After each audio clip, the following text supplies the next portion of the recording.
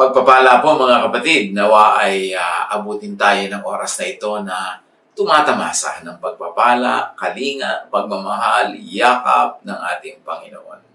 At sa inyong lahat, greetings, magandang panahon para po ang ating mood ay nawa ay ma-lift up ng Espiritu at ang ating puso ay mapuno ng pag-asa, mapuno ng pananalig, at ng kagalakan. Sa kabila ng mga inconveniences na, of course, we pray ay temporary at di naman magtatagal. Naging ugali na natin na mag-aral ng mga salita mula sa Biblia sa ganitong mga oras at yan din ang gagawin natin sa sandaling ito. Ang ating pag-aaral ngayon, pinamagatan nating Get Detoxed by Jesus.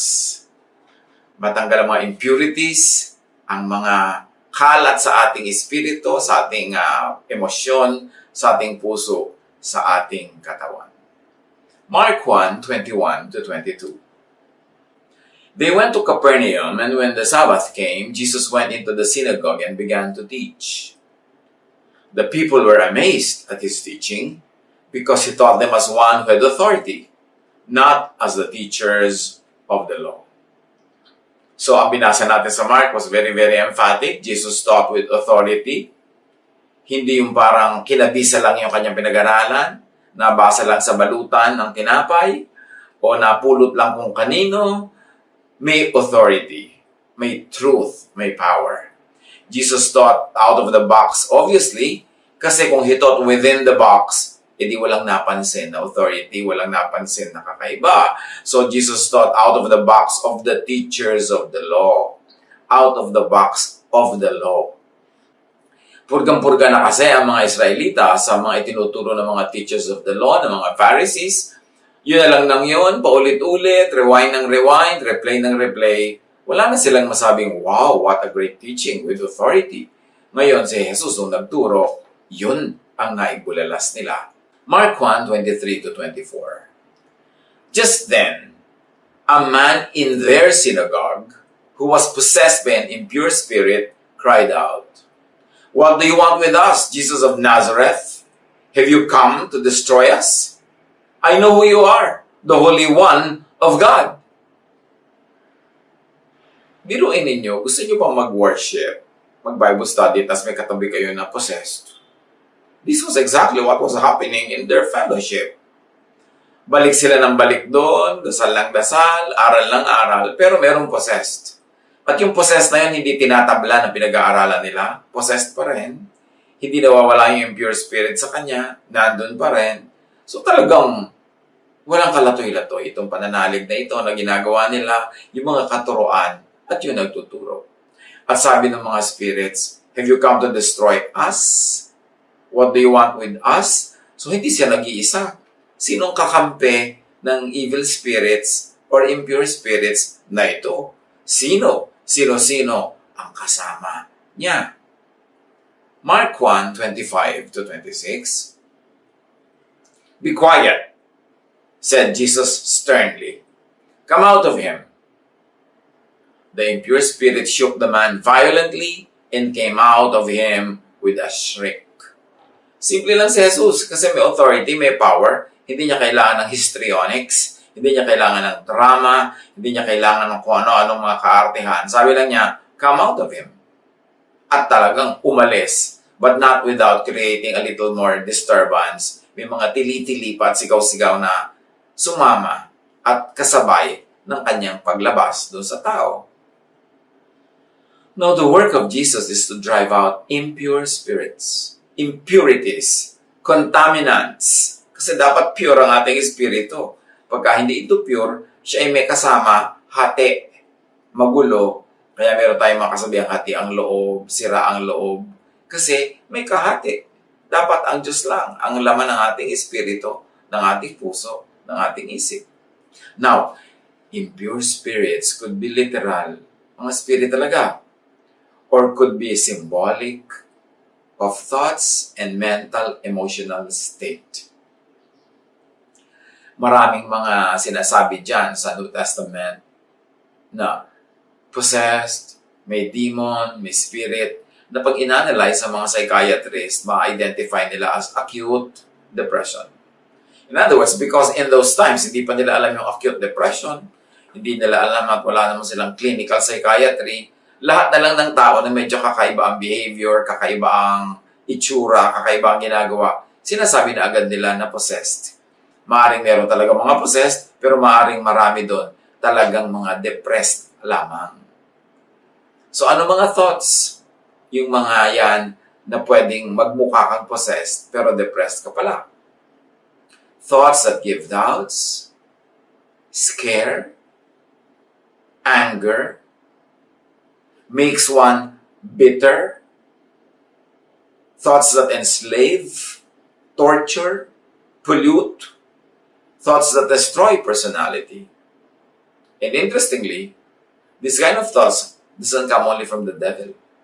It can come from warped and distorted and twisted religiosity.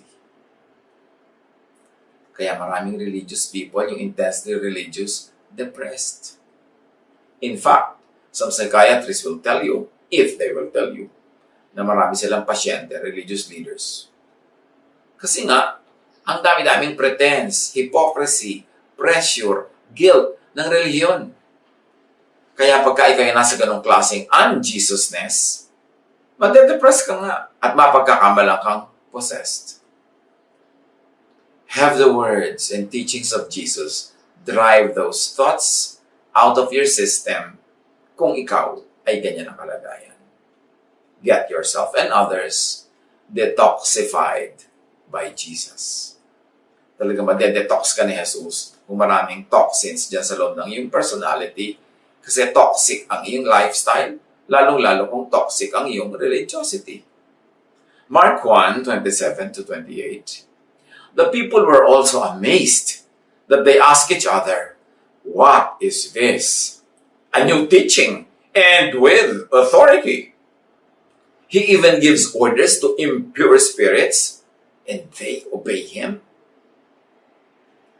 News about him spread quickly over the whole region of Galilee. Bakit nga hindi siya sisikat at mababalita na kapag papalayas ng ganito mga uri ng espiritu, nakakapagpabago ng personalidad? Jesus got known for his new teachings, not for repeating the old, not for replaying the old, not for repurposing the old. New ang teaching niya. Not just a repetition of the traditional teachings, but definitely outside of their traditional teachings. Yun si Jesus, known for newness. Kung si Jesus ay may mga kasama, makakatiyak ka, hindi conservatives yun, kundi yung mga progressives. Kung mayroong isang mesa siyang pipiliing samahan, nakakatiyak ka, hindi sa conservatives, kundi doon sa mga progressive ang utak. Mark 1:23-24. Reviewin natin. Sabi, just then a man in their synagogue who was possessed by an impure spirit cried out. This person in their synagogue, in their religious community, possessed and tortured by an impure spirit in spite of their religion or because of their religion. This person in their synagogue and religious community na hindi na palaya, hindi na disinfect, na purify ng synagogue, ng old teachings, ng traditional teachers. What does it say? Walang power. Walang authority yung synagogue na magpalaya. Nandun na lang, kasama nila araw-araw. O baka kaya nagkaganon dahil nandun araw-araw.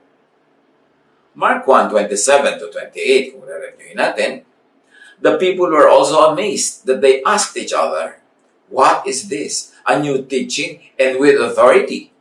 He even gives orders to impure spirits, and they obey him."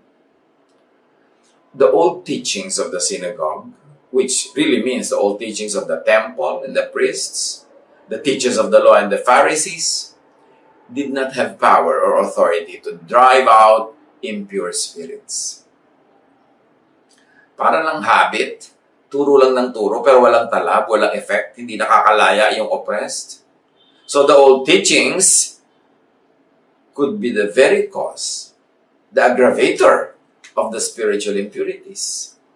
Kasi ang daming bawal, ang daming pulis, ang daming parusa, ang daming chismis, ang daming espionage, ang daming report, ang daming litisan, at ang daming batuhan hanggang mamatay. Bakit ka nga hindi mapupuno na impure spirits? Bakit ka nga hindi mapupuno ng takot, ng guilt, ng fear, hanggang magkaroon ka ng clinical depression pagka ganyan ang iyong religious orientation? Impure spirits could be thoughts that give doubts, scare, thoughts that could anger, thoughts that could make one bitter, thoughts that enslave and torture, pollute, destroy personality. This could be damages inflicted by twisted religiosity. We're not saying that it is, but very possible that it could be. These impure spirits could be thoughts and beliefs and value systems, personalities created by oppressive, repressive, and punitive old religious teachings and teachers. Kasi yan sila. Kung happy naman ang Diyos sa teachings ng synagogue, ng temple, ng law, ng teachers of the law, and Pharisees, bakit pa ipapadala si Jesus? So obviously, unhappy ang Diyos. Kaya niya ipinadala si Jesus para ituwid yun. Kaya itong religious system ang pumatay kay Jesus. So talagang magkakontra ang daladala ni Jesus sa mensahe at yung mensaheng pauso ng temple. As we have said, hindi lahat ng demonic possession ay literal. Many cases show signs and symptoms of acute depression. Maraming very religious people suffer from depression if the teachings they embrace instill guilt, fear, and emotional imprisonment. Hindi nila masabi ang gusto, hindi magawa ang gusto, hindi matingnan ang gusto, hindi mapakinggan ang gusto, laging nagpapanggap, nagkukunwari, dahil laging mapapagalitan, mauusig, mababato. So ang daming guilt kasi tinuruan puro mag-guilty ka na lang, mag-guilty ka, mag-guilty. Maraming fear, nakaka-depress talaga yan. Daig pa niya ng mga impaktong tumitira sa iyong puso pag puno-puno ka ng ganyang emosyon. Jesus came to set people free from ungodly religious laws, abusive oppression and control by religious leaders, personality-damaging religiosity. Meron talagang ganyang brand of religiosity, nakakasira ng personalidad. Yung dating masasayahin, ngayon bigla na lamang laging malungkot. Yung dating friendly, ngayon laging hostile and galit. Yung dating malaya, ngayon nakatali, nakakulong. So, nakakasira ng personalidad pag Pharisaistic, pagka lagi na lang law, pag lagi na lang punishment, pag lagi na lang guilt. That's why Jesus came, to restore personalities that are twisted by religion. Sabi niya sa Matthew 11:28-30, "Come to me, all of you who are weary and burdened, and I will give you rest." Saan niya napagod? Sa religion ng temple, ng synagogue. Ano ang burden nila? Yung law. Anong rest ang ibibigay ni Lord sa kanila? Emotional, mental rest. And even physical. Kasi ang daming sacrifices at ang daming trabaho sa kanilang relihiyon. "Take my yoke upon you and learn from me." Sabi ni Jesus, "Learn from me, not from those teachers of the law. For I am gentle and humble in heart." They are not. Lagi nila kayong pinaparusahan, inuusig. "And you will find rest for your souls. For my yoke is easy and my burden is light." Anong akala ng iba dyan? Ang teaching ng Matthew 11:28-30 is about physical pagod. No, it's about emotional and spiritual pagod because of oppressive religion. John 10:7-10, "Therefore Jesus said again, Very truly I tell you, I am the gate for the sheep. All who have come before me are thieves and robbers. I am the gate. Whoever enters through me will be saved." So, pag sinabi niya, I am the gate for the sheep, ako talaga ang dadaanan ng mga tupa. Lahat daw ng nauna sa kanya were thieves and robbers. Ano yon? Mga naunang religious leaders. Yung system. Thieves and robbers ang tawag sa kanila ni Jesus kasi ninanakaw nila ang buhay, ninanakaw nila ang sigla, ninanakaw nila ang saya ng mga tao at pinapatawan lang nila ng kutakot-takot na gawain, kutakot-takot na utos at kutakot-takot na judgment. Lugi ka pag napasali ka sa kanila. Sabi ni Jesus, I am the gate. Whoever enters through me will be saved from want and also to be saved from such religion. You don't save people only from hell. You save them also from religion that makes their lives like hell. At sabi ni Jesus, I am the gate. Whoever enters through me will be saved. They will go in and go out. It means there's freedom. And they will find pasture. There will be satisfaction. The thief comes only to steal and kill and destroy. And this thief is the old teachings, the old teachers. I have come that they may have life and have it to the full.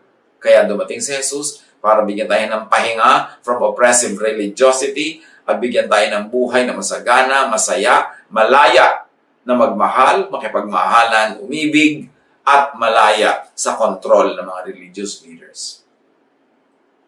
Bakit siya ipinadala ng Ama? John 1:14. The Word became a human being and lived here with us. That is Jesus. We saw His true glory, the glory of the only Son of the Father. From Him all the kindness and all the truth of God have come down to us. In other words, galing sa mga ibang religious leaders, hindi dumadating ang kindness and truth of God. It's only from Jesus that the kindness and truth of God had come down. In other words, many religious teachers have been misrepresenting God, presenting a very bad image of God. A God that is angry, always punitive, always may tantrum, magagalitin. So, ipinadala ng Ama si Jesus para sa wakas ay maipakilala siya ng tama at wakasan ang baluktot na pagpapakilala sa Kanya ng mga religious leaders. Kaya pinatay nila si Jesus. Listen to Jesus. Listen to the new teacher and the new teaching from God. Kaya nga may New Testament eh. Pero kahit naman sa New Testament, maraming backslide yung mga ibang tao sa loob niyan. Binalik nila yung Judaism, ibinalik nila yung maraming elements of the law. Kaya kailangan salain sa Jesus filter. Pero paano tayo mag-e-enjoy ng detoxification, ng bagong spirit, ng bagong kalayaan, at bagong pusong umiibig at maibigin, payapa, tahimik, malaya? Matthew 9:17, sabi ni Jesus, no one pours new wine into old wineskins. The wine would swell and burst the old skins. Then the wine would be lost, and the skins would be ruined. No, new wine must be put into new wineskins. Both the skins and the wine will then be safe. Ang wine kasi nung araw inilalagay sa mga leather na mga balat ng hayop. So pag bago yung wine, dapat bago rin yung leather. Sabay silang tatanda. Pero pag bago yung wine, old yung leather, pagka nag-ferment yung wine, sasabog yung old leather. Matatapon yung leather, matatapon din yung laman, sayang lang. Pero siyempre hindi man wine and leather ang pinag-uusapan dito, kundi new teaching, new thought, new way of looking at God, new way at looking at spirituality and godliness. Yun ang dala ni Jesus at ang kailangan na bagong wineskin ay bagong utak, bagong korte ng utak, bagong paraan ng pag-iisip. Hindi pwedeng si Jesus ilalagay mo lang sa lumang paraan ng pag-iisip. Hindi pwedeng lalapit ka kay Jesus, tatanggapin mo si Jesus, papapasukin mo Jesus sa puso mo, pagkatapos ang style mo ng religiosity, old style. Yung puro law, puro legalism, puro punishment, puro usig, puro pambabato. Hindi magkamatch yung dalawa na yun, pareho lang masasayang. Jesus comes with the new wine, meaning new teachings. We receive the new wine with new wineskins, meaning with new minds, with new mindsets. Kaya ang sabi ng Romans 12:2, don't change yourselves to be like the people of this world, but let God change you inside with a new way of thinking. Then you will be able to understand and accept what God wants for you. You will be able to know what is good and pleasing to Him and what is perfect. Akala ng marami, pag sinabing Do not be like the people of this world. Yung mga people na mga uminom ng alak, yung mga people na may mga relasyon, yung mga people na mga immoral. Ang tinutukoy dito yung people of the old world, old temple, old religion. Yung pinalitan na ni Jesus. Huwag kayong maging tulad nila. Payagan nyo ang Diyos na palitan ng pag-iisip nyo sa loob ng pagbabagong loob nyo. Doon nyo palang maintindihan at matatanggap kung ano talagang gusto ng Diyos para sa inyo. And then, makikita mo kung anong mabuti at kaibig-ibig, kung ano yung dalisay para sa iyo. So, huwag tularan yung old way of religion, yung old way of thinking ng mga Pharisees, teachers of the law, na lagi na lamang nagalit ang Diyos, lagi na lamang ito kasalanan, yun kasalanan, ang dami-daming utos, oppressed ng oppressed, kawawa ang mga tao. Sabi, palitan nyo ang pag-iisip nyo. Hindi pwedeng paghaluin yan. Test teachings that needlessly scare, enslave, control, and fill you with guilt and fear, which is 99% of how religions go. Diba? Puro pananakot, puro pang-aalipin, pang-alila, pang-uutok, puro pag-control. Tapos, after everything, guilty ka pa rin at takot ka pa rin. Lugi ka. Baka galing sa old teachings and old teachers pag ganyan. Baka old wine. Kaya ang sabi ng John 10:8, all who have come before me are thieves and robbers. Sino tinutukoy niya? Yung mga religious leaders who have come before him. In and by Jesus, be free from impure spirits. Salain, suriin kung anong epekto sa inyo ng inyong religion, ng inyong religiosity, ng inyong religious membership, ng inyong church. Kayo ba'y nakakalaya o lalong natali? Kayo ba'y nagkaroon ng kapayapaan o lalong natakot? Kayo ba ay tahimik o lagi na lang na-vexed? Napalayas ba ang mga impurities o nadagdagan pa? Mag-isip-isip. Minsan ka lang mabuhay dito sa mundo, kailangan tama ang sinusundan. Si Jesus, huwag Pharisees, huwag teachers of the law. God bless us all.